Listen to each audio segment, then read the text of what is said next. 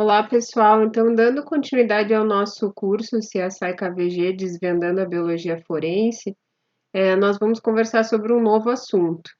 Eu me chamo Fabiana, já tive, outro momento com vocês e estamos nos encontrando nos momentos síncronos também. E dentre a grande área, das ciências forenses, nós já conversamos sobre a entomologia forense com o professor Marcial, a toxicologia forense com o professor Fabrício e hoje vocês vão conhecer outra área que é a botânica forense. Sempre, com um enfoque na criminalística. Então, que tem por objetivo, então, produzir respostas para as questões técnicas de interesse, judicial, a partir de vestígios deixados num crime ou numa situação. Então, hoje a gente vai falar sobre a botânica forense, vocês vão entender um pouco mais adiante porque o ano de 1982 é um ano importante. Antes de eu falar exatamente sobre o tópico, eu gostaria de conversar com vocês sobre um termo que talvez vocês não conheçam, que se chama cegueira botânica. Ele foi cunhado, então, por Van der Sea e Schussler, em 1999, e ele fala, ele significa, por muitas vezes, se eu, por exemplo, tivesse feito um exercício com vocês de examinar essa imagem, da savana africana aí, perguntando o que vocês enxergam dessa fotografia, a maioria de vocês falaria nos animais que a gente tem, nos vertebrados aí, nos mamíferos que a gente enxerga. Poucos, ou talvez nenhum, se reportaria aos vegetais, que estão lá no fundo, estão um pouquinho mais escondidos. Então, a cegueira botânica é exatamente isso, é a incapacidade da gente reconhecer a importância das plantas, dos vegetais no nosso cotidiano. Em contrapartida, se a gente for pensar, se a gente olhar um prato de alimento de todos os dias, a gente vai perceber sim que as plantas são essenciais e estão, presentes na nossa vida diariamente, como fonte nutritiva ou em diversos outros locais. Fazendo também o link lá com as questões da botânica, da biologia, das disciplinas lá do ensino fundamental e do ensino médio também. A diversidade, de espécies vegetais é bastante grande. Existem 400, aproximadamente 400 mil espécies que já foram catalogadas, identificadas. Elas possuem, então, esses organismos possuem a capacidade fotossintetizante, que não é exclusivo delas, Outros organismos também o fazem. E como ancestral, numa cronologia evolutiva, a gente tem as algas verdes. Com o passar do tempo, então, a gente identifica as briófitas, que são os musgos, as hepáticas, que são avasculares, portanto, elas não têm vasos condutores, elas dependem da água para o processo reprodutivo. Depois, evolutivamente, mais derivadas, a gente tem as pteridófitas, que são as samambaias, as avencas. Essas vão ser os primeiros vegetais com vasos condutores e, por isso, elas vão conseguir, desenvolver um maior porte. Depois nós temos as gimnospermas, que são os pinheiros, as sequoias. Elas vão ser as primeiras a apresentarem o grão de pólen. O embrião possui uma reserva nutritiva que vai ser fundamental para a dispersão, dessas espécies. E, por último, as angiospermas, que são as que são o maior grupo, o grupo mais diverso, e que desenvolveram, então, ao longo da conquista terrestre, flores e frutos que vão ser importantes para a dispersão, e para reprodução. Aqui tem uns exemplares, uma alga, um musgo, uma samambaia, um galho de um pinheiro e uma flor ali de uma angiosperma. Por que eu falei isso para você, é só para a gente fazer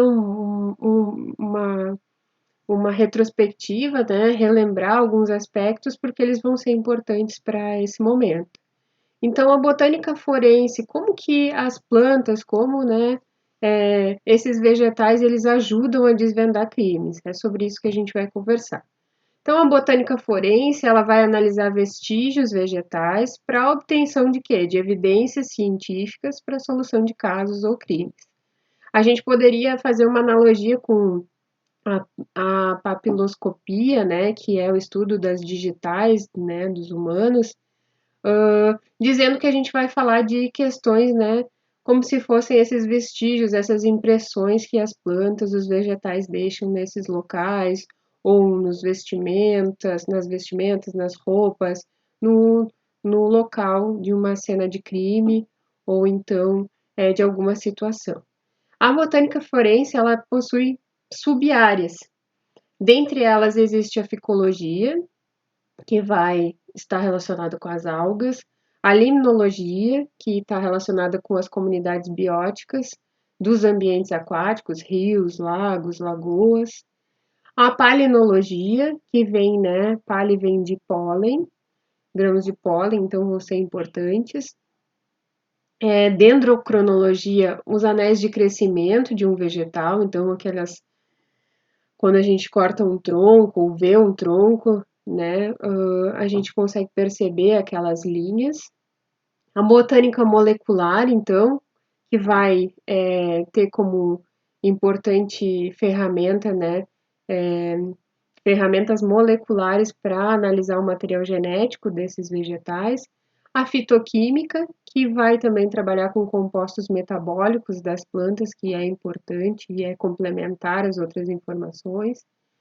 E a gente vai relembrar e vai falar novamente sobre a importância da identificação, da taxonomia, que vem lá da classificação biológica, né, na biologia, que dá suporte, então, para as investigações a partir, né, de pesquisadores, instituições, utilizando ferramentas e técnicas específicas que foram desenvolvidas ao longo do tempo. Lembrando que os profissionais, quando a gente fala de profissionais, a gente também se remete a essas universidades, a esses institutos, porque são as pessoas que formam, né? Assim como vocês são alunos aí do IFSU, que é a instituição que vocês estão inseridos, existem outras, e em determinado momento vocês vão concluir o curso, vão ser formandos, né? E vão também finalizar essa etapa. Então, as instituições são fundamentais.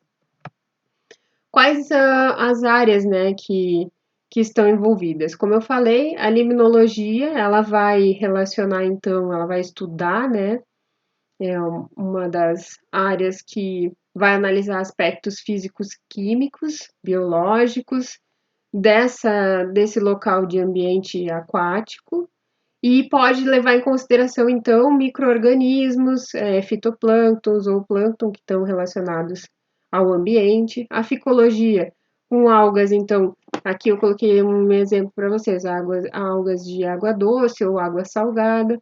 A palinologia, aqui é uma microscopia de varredura, né, essa imagem coloridinha, com vários formatos, né, e cores que, que, que foram fotografados, né, e corados artificialmente, provavelmente. E eles são conhecidos, esses esporos ou grãos de pólen, eles são conhecidos como provas silenciosas, né? Porque elas são microscópicas, então a gente não vai visualizar facilmente como, por exemplo, uma folha, um fruto, uma raiz, que é macroscópica. A dendrocronologia, então, esses anéis, né, de crescimento são importantes. Vocês vão ver um caso que eu vou falar hoje, no qual foi levado em consideração esse aspecto.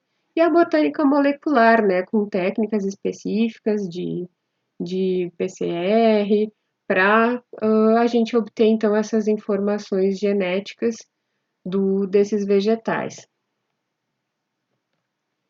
Onde que são realizadas as análises, né, as investigações?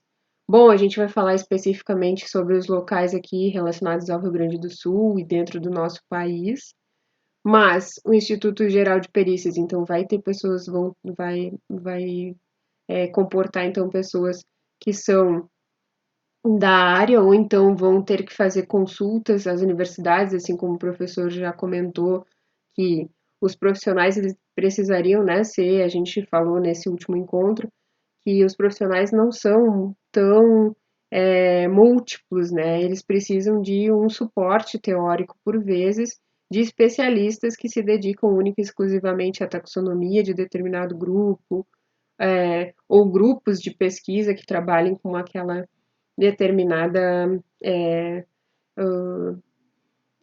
enfim, determinado família de plantas, ou unicamente trabalhar com pólen ou outras questões. E também podem existir, então, centros de pesquisa que são parceiros desses locais para dar suporte à perícia. Aqui tem uma equipe, né, forense que está lá no campo. Provavelmente havia um corpo ou uma situação que precisa ser estudada, então vai se realizar a coleta, tem todo o procedimento, né, específico para esse local e que precisa ser rigoroso, precisa ser criterioso, né, para conservar, para deixar íntegra esses vestígios.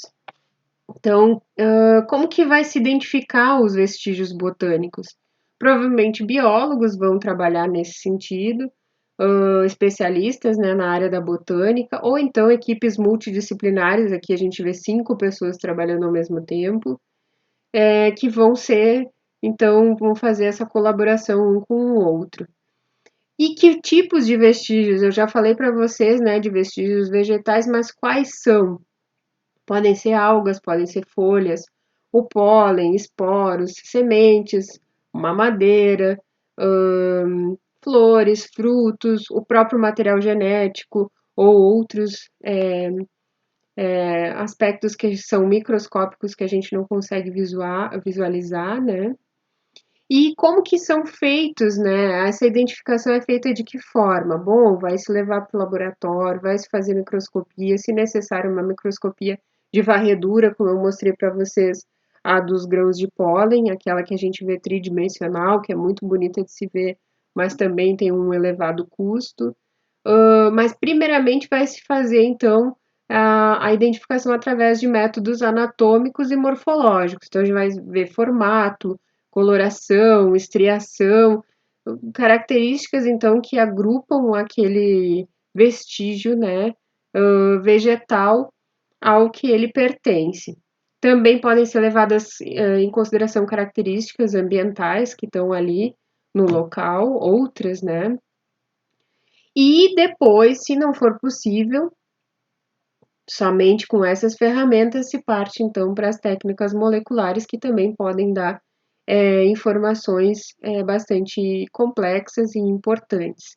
Então, assim como lá na entomologia existem chaves de identificação, chaves dicotômicas para identificar insetos, na área da botânica também vai ter para cada grupo específico, dentre aqueles que eu falei lá na nossa revisão inicial, da área da botânica, também vão ter, então, específicos para gimnospermas, para uma família em específico das angiospermas, ou outros exemplos. Agora eu vou falar para vocês em seguida.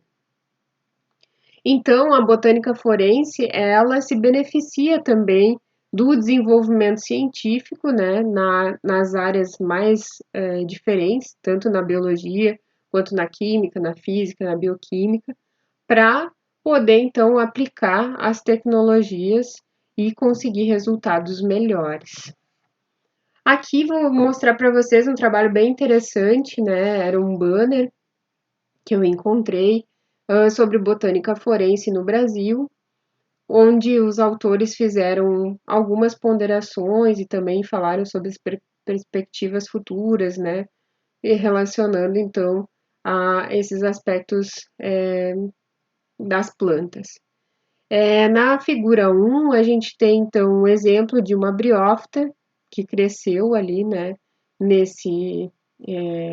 esqueleto ali, nesse crânio, e que pode ser útil para a gente conseguir fazer a datação de quanto tempo, né, estabelecer então um intervalo pós-morte desse indivíduo.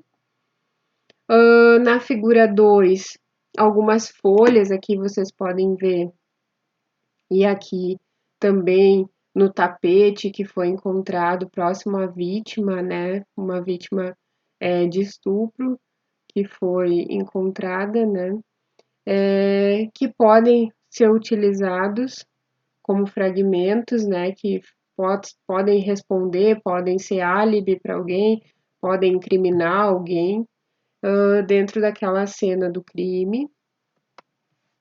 Diatomáceas, então, algas que também podem ser identificadas, principalmente quando a gente estiver falando de ambientes aquáticos, né, onde vão ser encontrados, então, uma suspeita de afogamento, por exemplo, de uma vítima, para saber o intervalo de pós-morte, podem ser utilizados aqui no exemplo A e B, são duas espécies diferentes. Na figura 4, a gente tem uma quantidade de clorose, que seria então a morte, o amarelamento, né, dessa grama, dessa poácea que está ali. Fazendo uma analogia, né, o professor Marcial lá nos mostrou tecidos necrosados, então aqui a clorose é esse amarelamento, a morte desse vegetal. Então, a necrose é lá nos humanos, né, deixa aquele aspecto escuro, né, sem oxigenação, e então pode ser também um tecido morto, né, não só o aspecto de coloração, como sem funcionalidade. Nesse caso aqui, de um vegetal. Também a figura 7 vai nos mostrar uma caixa craniana, né, com o cérebro que estava em decomposição, e existem raízes aqui, vocês podem visualizar elas já tomando conta, né, dessa cavidade, e a anatomia, então, dessa raiz, de acordo com o crescimento, pode também auxiliar a identificar esse período, né, de morte do indivíduo. Na figura 6, é uma senhora, uma imagem forte, né?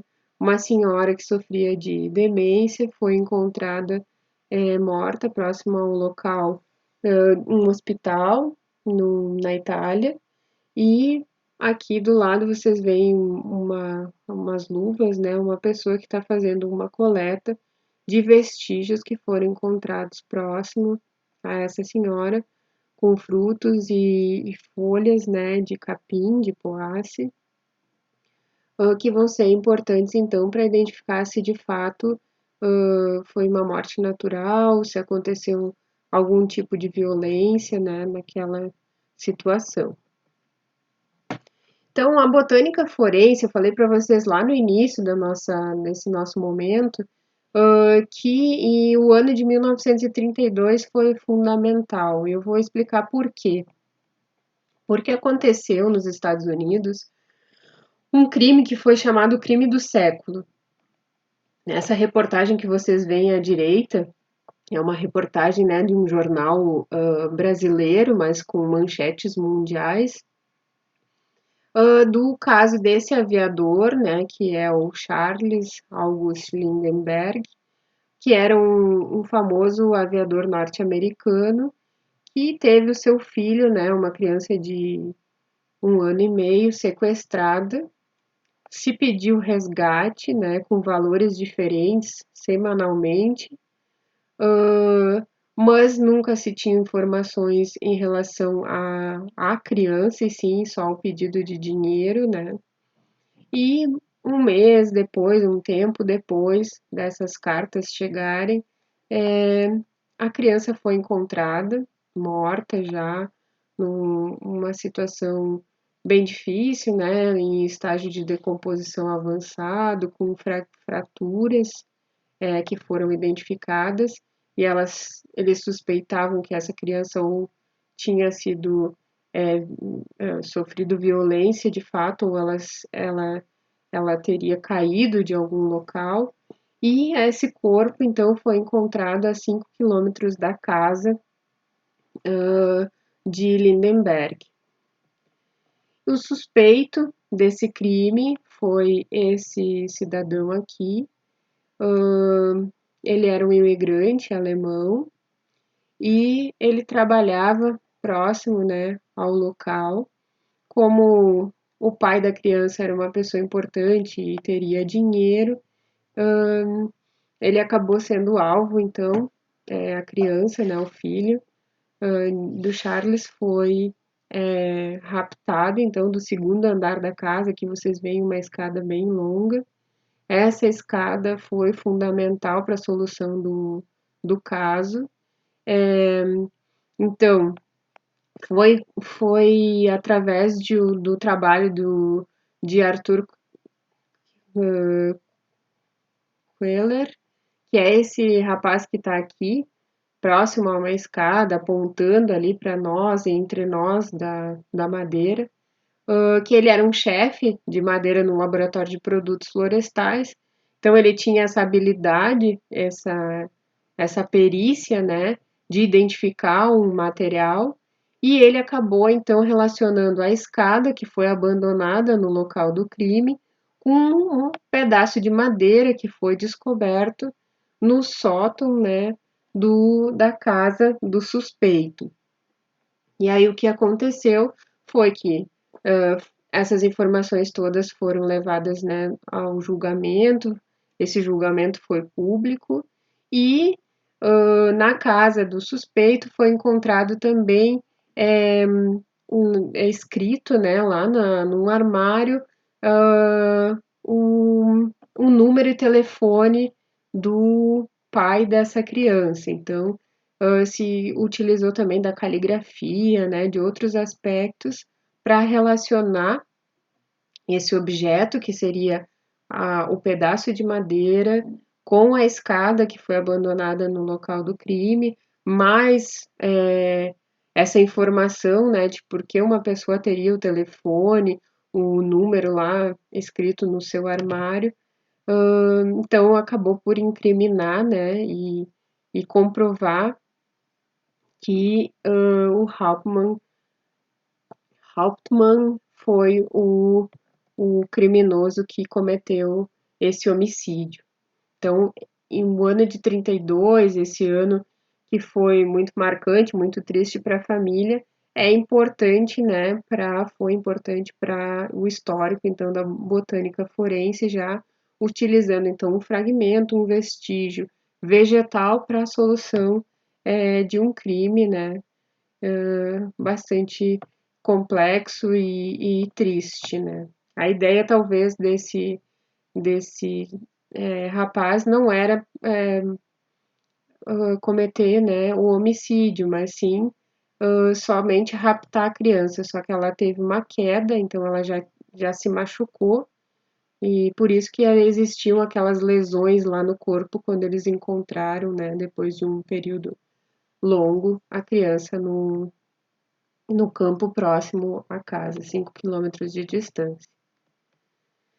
No Brasil, a gente teve também um caso que foi solucionado e bastante trágico, né, em relação à botânica forense. O caso, talvez algum de vocês tenha já escutado em algum momento, da Mércia Nakashima. Ela tinha 28 anos, era uma advogada, e lá de São Paulo, né, e foi, desde que ela se deu por desaparecida, se suspeitava de ser um crime passional, porque o ex-namorado não admitia o término do relacionamento, ele era sócio dessa advogada, e o que aconteceu foi que houve uma denúncia anônima de um cidadão que havia pescado na represa. No dia que ele estava lá pescando, ele ouviu gritos de uma mulher.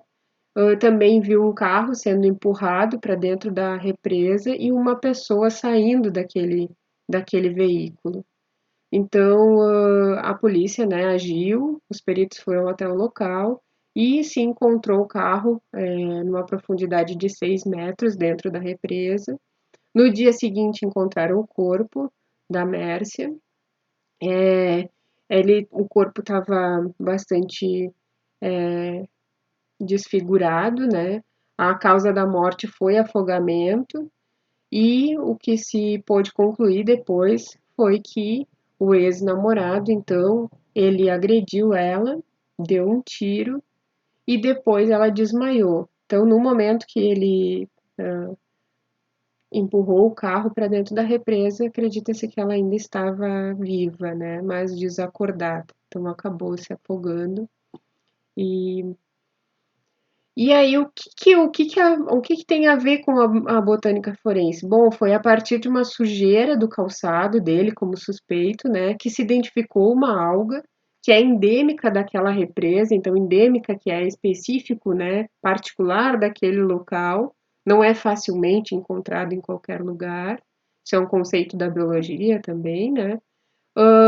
Também se verificou que havia um pisoteio muito próximo ali à represa, né, com uma profundidade relativamente grande, e se fez a conexão, então, da presença da alga no calçado, né, no tênis, no sapato que ele usava, com esse crime cometido. Então, ele foi preso, foi condenado e foi o autor, de fato, desse crime trágico.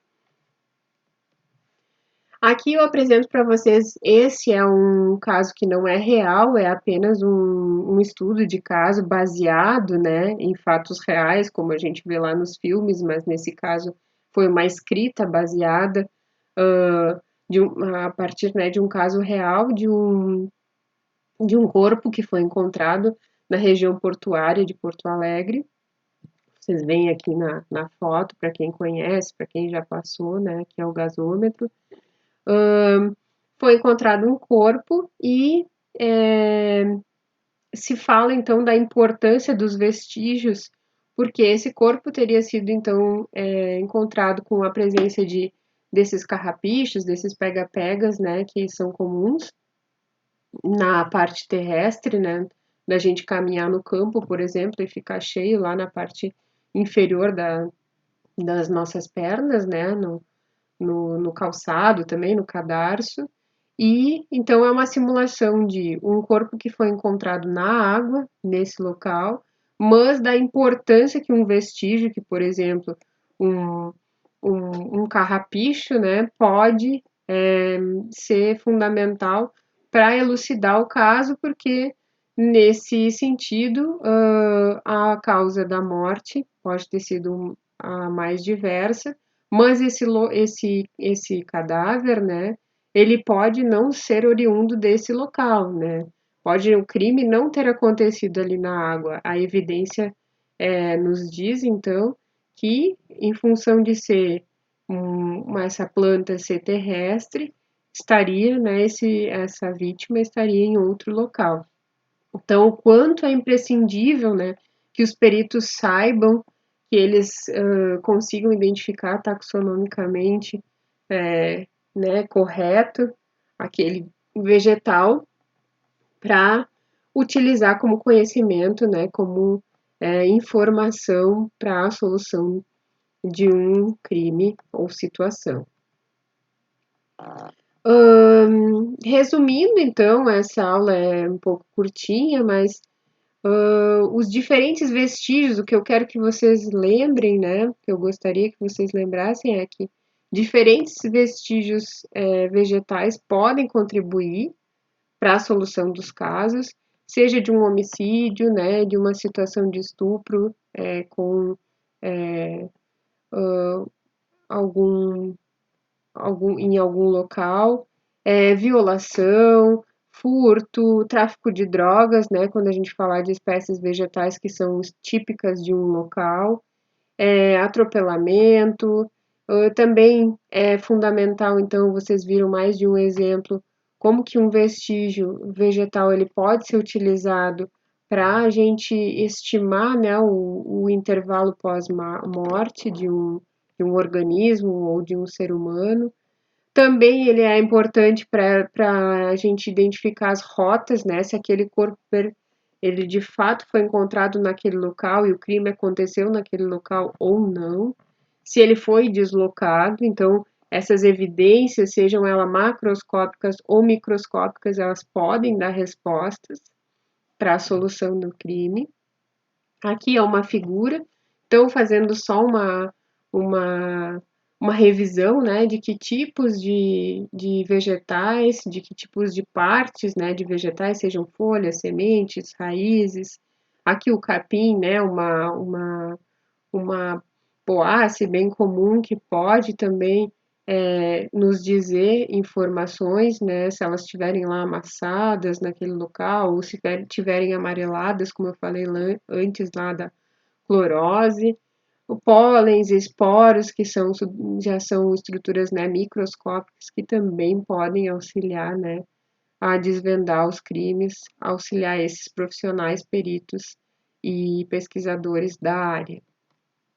Então, o que eu tinha para falar para vocês era isso, algumas das referências que eu utilizei, outras dúvidas, curiosidades, vocês podem mandar lá pela plataforma, né, pelo AVA, no nosso grupo de WhatsApp, para o meu e-mail pessoal, fiquem bem à vontade, e a gente vai debater o assunto, tirar outras dúvidas no nosso próximo encontro, então, na semana que vem, na segunda-feira. Certo? Até logo e muito obrigada, pessoal.